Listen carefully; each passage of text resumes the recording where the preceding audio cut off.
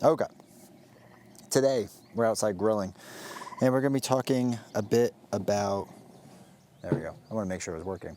We're going to be talking a bit about failure, and I think it's popping a lot. I think there's a lot of grease in there, so it gets like stuck and whatnot. It's not great. But I want to talk a bit about failure because I feel like it's this negative thing. Well, it's obviously negative, but it's a thing that gets talked about as like solely negative, and no one looks at the positives of it. And it makes sense because like, what's so positive about failing, right? But one of my favorite things to do is go to the gym, right? Huge gym person. And I love to just work out and train. I've always been a runner my entire life, always enjoyed running. And that has transitioned from running less now to being in the gym more. Just super enjoy it. One of the things you do in the gym is you train to failure, right? That's your goal. You want to push so hard that you fail, essentially. And you don't want to injure yourself, right? So you're not doing anything too crazy. But it's the only way you'll get stronger is to push yourself to that failure mark. So for those who are wondering, like, why am I not making gains in the gym? You gotta go to the failure. And it's a pretty basic technique, pretty simple. People have been doing it forever now. And it's one of those things where I feel like you need to do this in your personal life as well, because this will allow you to figure out how far you can really push yourself. This could be done with content creation, it could be done with things in your work, it could be done with anything. If you're not pushing to failure, then you're going to always be kind of shortchanging yourself. And this leads into the whole like, well, you know, what could have been thing scenario, right? I was just like, oh, well, I could have been this or I could have been that. Well, maybe, but because you didn't push yourself harder, you didn't get to try to like experience that or try to be that. So as far as relating it to like content creation, because we've talked about that for the past few times, and I wanted to just all be about that. But with content creation or anything in your job that you're working on, or with anything, you should be trying to, in my belief, doing the max that you can. And I know people worry about like burnout and fatigue, and those are all real things and whatnot. But you don't know what that limit is until you try to reach that limit. And then it's how do you handle it after that amount. So again, let's take a generic job, but content creation specifically. A lot of people say like, oh, D20, how can you come up with so many videos a day? How can you do all these shorts and all this stuff?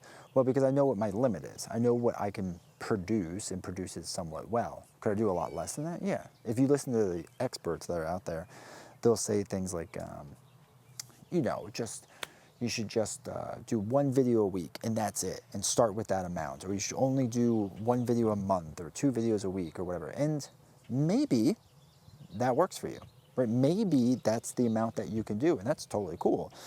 But maybe you could do a lot more. And if you could do a lot more, and you can learn from the mistakes of what you did prior, then you'll do more, better, faster, right? So it's the same as like a regular job. I'm a journalist, right? And with my boss, I've said many times that like, okay, let's just say my goal normally is to write 3 stories a month, whatever it is.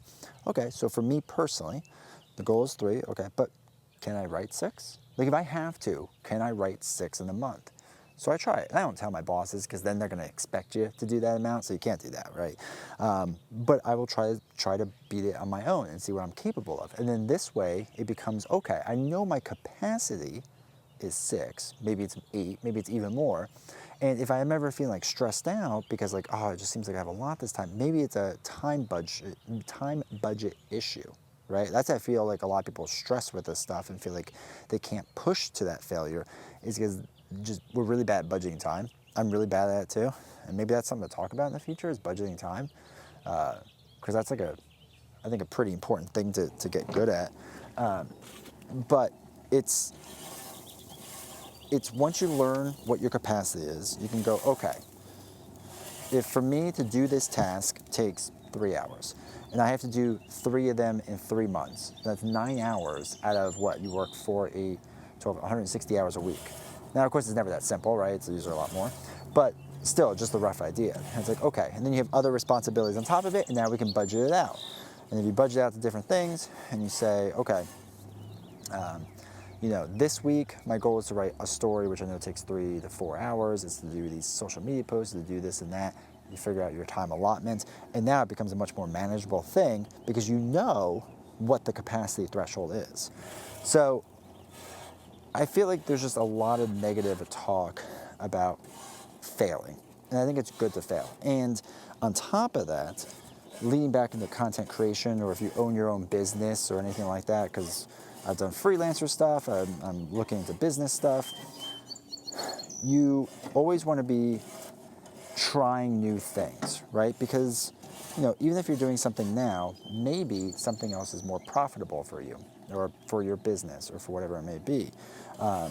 And you don't know that that's a possible avenue until you give it a try, right? So if for example, if, actually, let's take this vlog, for example. This is actually a perfect example.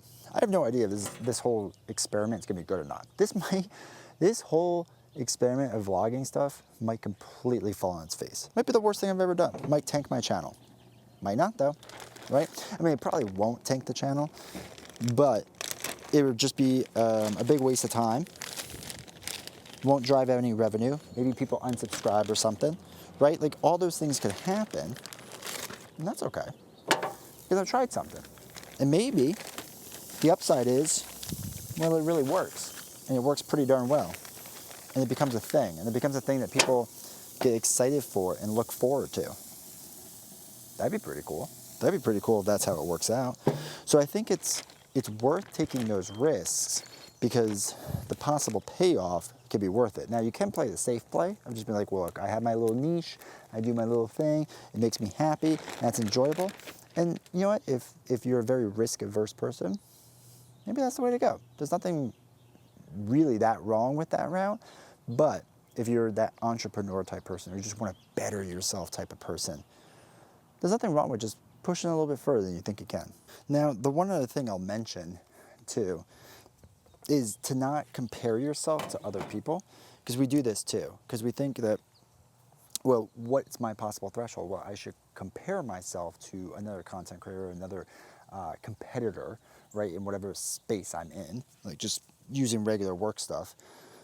I'll compare myself to the competitor because if they're able to do XYZ thing, well, I should be able to do XYZ thing, right? And I don't think that's the best way to look at it either, because my threshold for content creation is going to be much different than yours, right? So I can create tons of content because I've had 15 years of practice doing it, right? I just know the patterns. I know a lot of stuff. I can just do it easily. Versus somebody else that's been doing videography for 30 years and I try to compete against them, like, I'm not going to be able to do a lot of this stuff they're going to be able to do. Maybe I can slowly learn it, but I can't do it. Not yet, at least. Maybe eventually. But I need to push the limit on that. But the point of all that is to say, don't just compete against somebody else and say, oh, my threshold should be whatever theirs is. That's not a great way to look at it because everyone is unique and different and everyone has the capacity to do different things and be different things. So to say like, oh, I'm just going to compete against them on like their grounds, that's not the right way to do it. It's going to give yourself a headache and not be worth it. So don't do that. Anyway, appreciate you all watching this. Like, subscribe, comment. Maybe you disagree with me entirely. Maybe you agree with me. I don't know. Let me know either way. See you all next time.